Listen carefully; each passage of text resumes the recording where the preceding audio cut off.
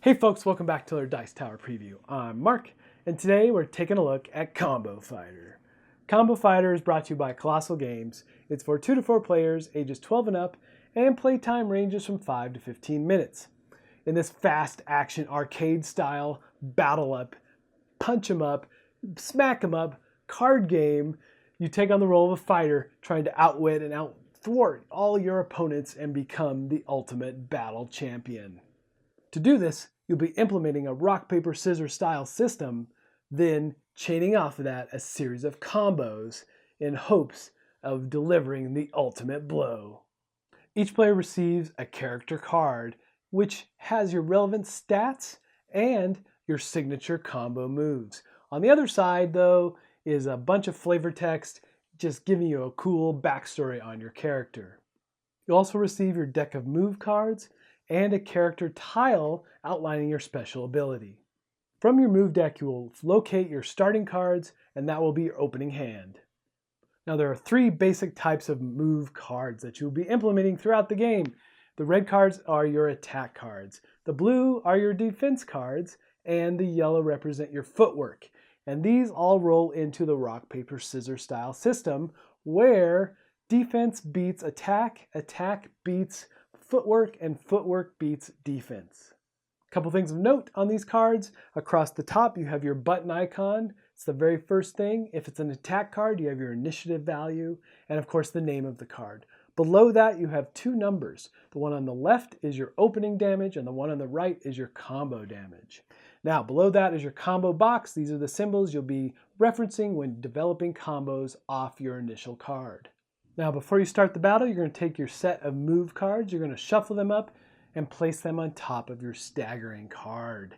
This deck also happens to represent your health, so definitely keep that in mind as you move through that deck of cards, because once the staggering card becomes visible, then you are only 1 hit away from being KO'd.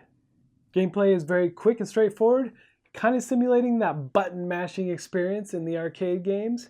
What you're going to do is pick a card and everybody will flip simultaneously. Whoever wins that, using that rock, paper, scissors style system, where defense beats attack, attack beats footwork, and footwork beats defense, will determine the winner of that first card. And then the winner will get to chain combos off of that card. And if they're going to use one of their signature combos from their character sheet, they call that out, which typically will do more damage, unless you can put together some pretty intense combos using the symbols from the combo box. So you're going to look at those symbols, and you're going to chain card after card after card, trying to do the most damage possible. Let's take a moment to talk about ties, because this is going to happen a lot through the game.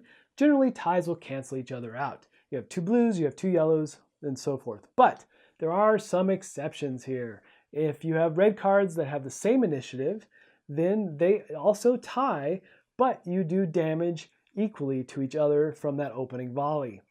And there are no combos that get applied. However, if you have a card that has priority, which is designated by a star, this card will always win in ties, and then the combo is applied as normal.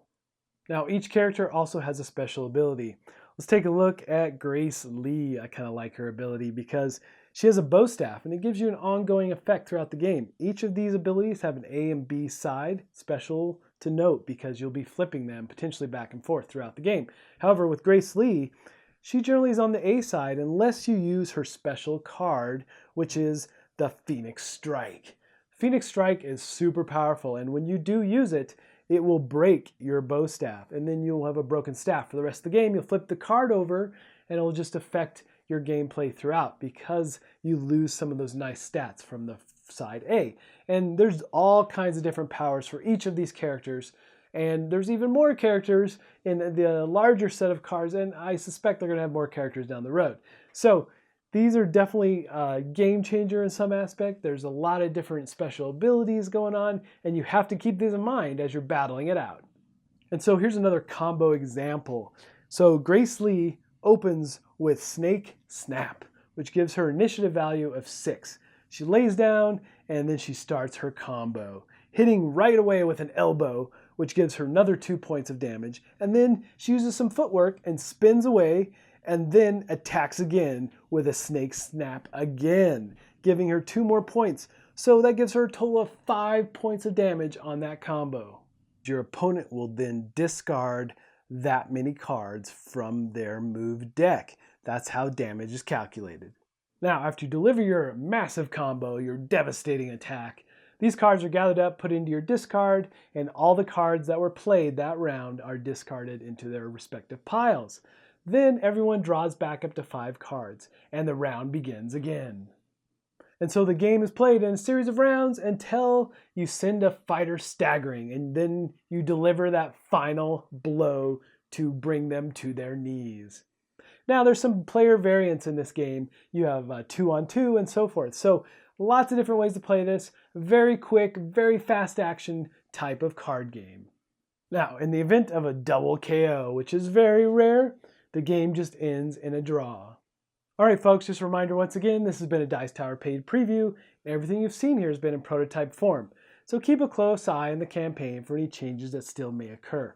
Now, that said, I really like the artwork on these cards. It really has that throwback to those old games in the arcade, and it definitely simulates, as my friend Eric Summer said, that button mashing experience in the arcade.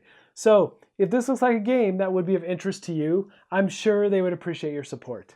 So I think that's it for me, and until next time, we'll see you at the table. Thanks so much for watching the Dice Tower videos. Find more great videos and reviews, as well as our top-rated audio podcast at Dicetower.com. You can also find other great shows at Dicetowernetwork.com.